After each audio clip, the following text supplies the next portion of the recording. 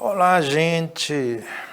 Estamos aqui, né, amigos, para falar sobre consciência em mediunidade, em termos de mediunidade. Você precisa saber, né, o que você está fazendo.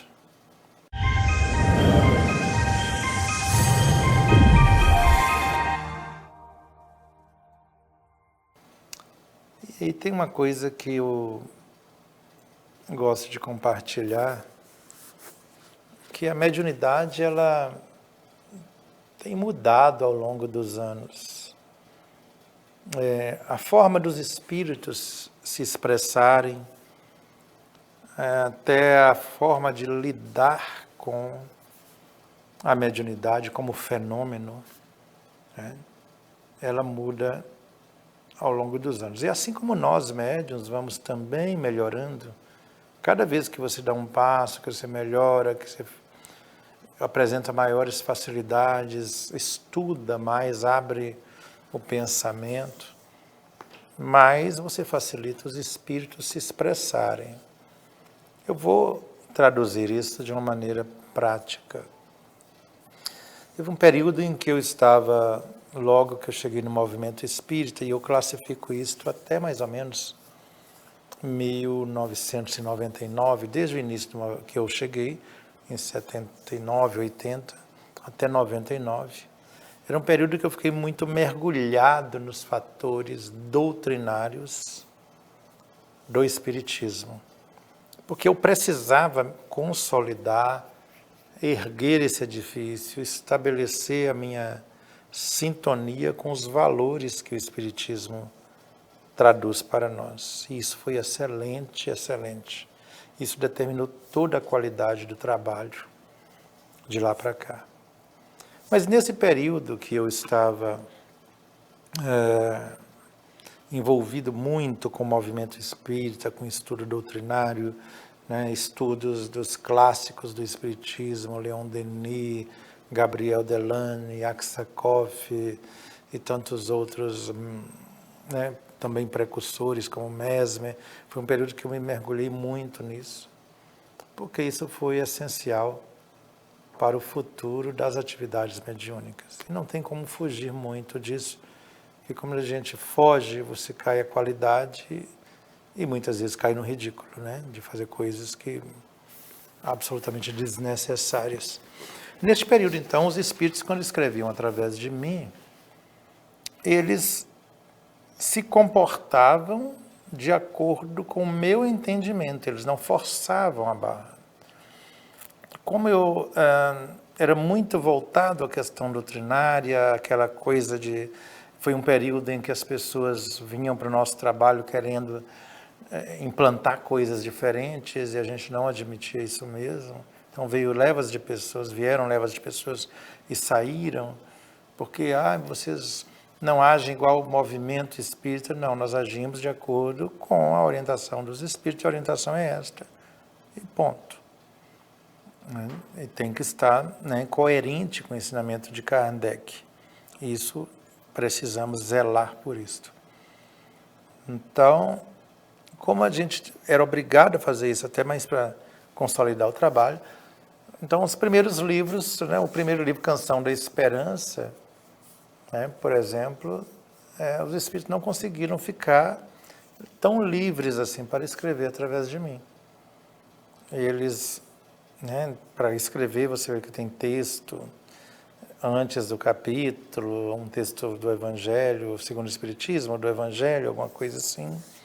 As psicografias que vinham sempre citando livros doutrinários, porque o meu arcabouço mental não permitia os espíritos trabalharem tanto de maneira diferente. Em 97, quando eu psicografei o livro Tambores de Angola, que foi o primeiro livro de Ângelo Inácio, né, que ele escreveu, eu olhei o livro e falei assim, nossa, é um livro simples e tudo, achei que não devia lançar o livro. Eu levei para o Chico, e o Chico Xavier incentivou, não, tem que lançar. Mas se nota ali que muita gente adora o livro, mas é um livro de uma formação, digamos assim, literária, né, de uma constituição literária é muito simples. Ângelo Inácio, isso foi em 97. Ângelo Inácio depois falou comigo que ele ficou de 88 a 97, 89 a 97, me visitando para estabelecer uma vibração, uma sintonia com o meu pensamento e tudo. E como eu era muito doutrinariamente correto, por necessidade até de preservar o trabalho, ele não conseguia muito trâmite no meu pensamento, uma vez que Ângelo, quando encarnado, não foi espírita, né? Ele é um espírito hoje, mas não foi espírita. Então, imagina, de 88, 89, por aí, 89 mais precisamente, a 97, e quando ele conseguiu escrever o livro Tambores de Angola. Imagina, 97 a 2006, que ele escreveu vários livros, ele disse que estava treinando. Só quando saiu o livro Legião, que ele falou assim, agora eu estou me sentindo mais à vontade para ser eu mesmo, para ter o meu estilo. E aí, quando eu falei no início desse vídeo que os espíritos modificam, que a forma de lidar com o fenômeno mediúnico, que os espíritos hoje estão diferentes na forma de lidar, porque também estão lidando com médiuns cujas mentes estão mais abertas, né, com uma visão mais aberta para que o espírito possa trazer aquilo que tem a ver com ele. É lógico que sempre obedecendo a um critério da gente analisar tudo. Não aceitar 100% do que vem. Questionar sempre. Né? Os espíritos que nos dirigem, é o que Kardec indica, que nos preserva de problemas desnecessários. Isso é essencial. Mas quando eu quis dizer, então, que os espíritos vão mudando, o primeiro fator é que o médium vai melhorando, vai ficando mais maleável, vai estudando, vai abrindo o campo mental, oferecendo mais recursos para o espírito.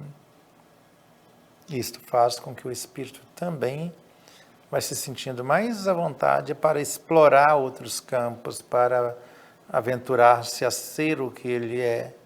Sempre vai ter o conteúdo anímico. A gente não duvida disso.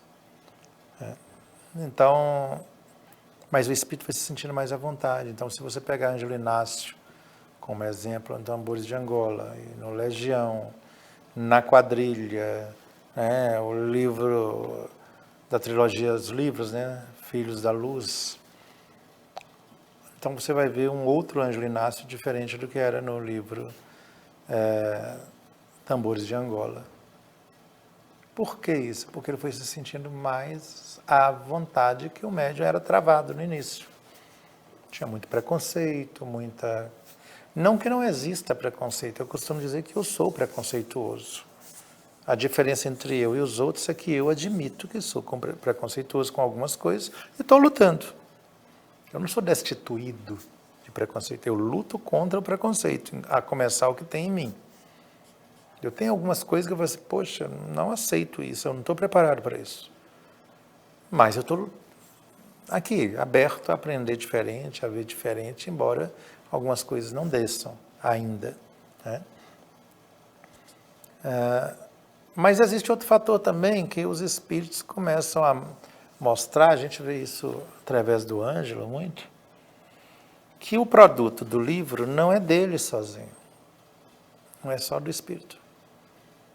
Ele começa a trazer uma série de informações que nós não tínhamos antes, ou que os médiuns não permitiam que o espírito falasse, ou que os médiuns não ofereciam um campo vibratório em que o espírito se sentisse à vontade.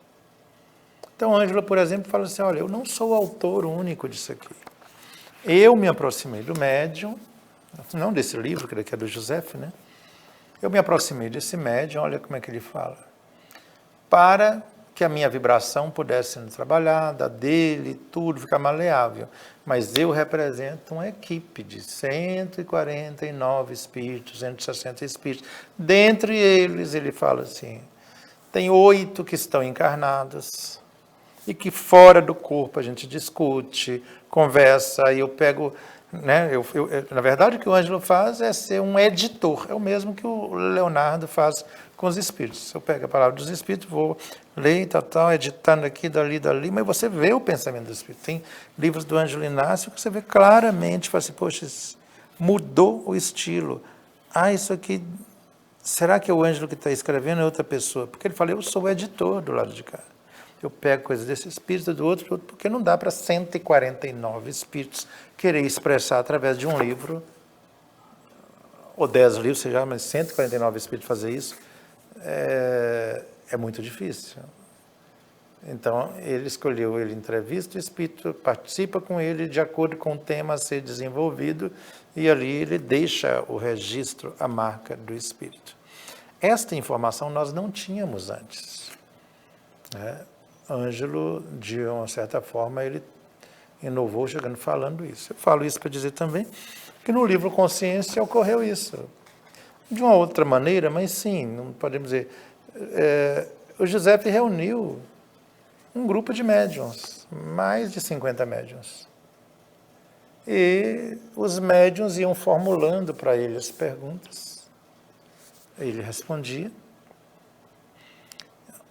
Os médiuns desdobrados, alguns desencarnados, essas reuniões foram feitas no plano astral, e o livro Consciência é o resultado deste bate-papo de vários espíritos. As perguntas são perguntas feitas pelos médiuns desdobrados e alguns outros desencarnados. E aí José transcreveu não somente aquilo que esses médiuns perguntaram, aquilo que era produto, né, das dúvidas, dos questionamentos de tais médiuns. Então ele transcreveu a pergunta e também parte da resposta que ele deu. E isto é muitíssimo, muitíssimo interessante da gente observar. Não existe um autor único, é uma equipe que trabalha para tudo isso. Mesmo aqui na Terra é assim, imaginemos do outro lado. A profusão de ideias, de espíritos que contribuem, né, de pensamentos, de formas diferentes. Nós veremos isso sempre numa produção mediúnica, principalmente quando o médium já caminha muito, se esclarece, e a partir daí ele oferece maior condição interna, mental, emocional e de abertura de visão, maior condição para os espíritos escreverem através dele. Então vamos estudar os livros pensando nisso. Não é só o nome do autor espiritual que está aqui, esse é o que escreveu. Mas ele pode estar refletindo o pensamento, até de dezenas de espíritos aqui. Espero que tenhamos contribuído de alguma maneira aí para você pensar um pouco que em mediunidade você precisa saber o que está fazendo, mas também o que está acontecendo. Um abraço forte. Até o próximo vídeo.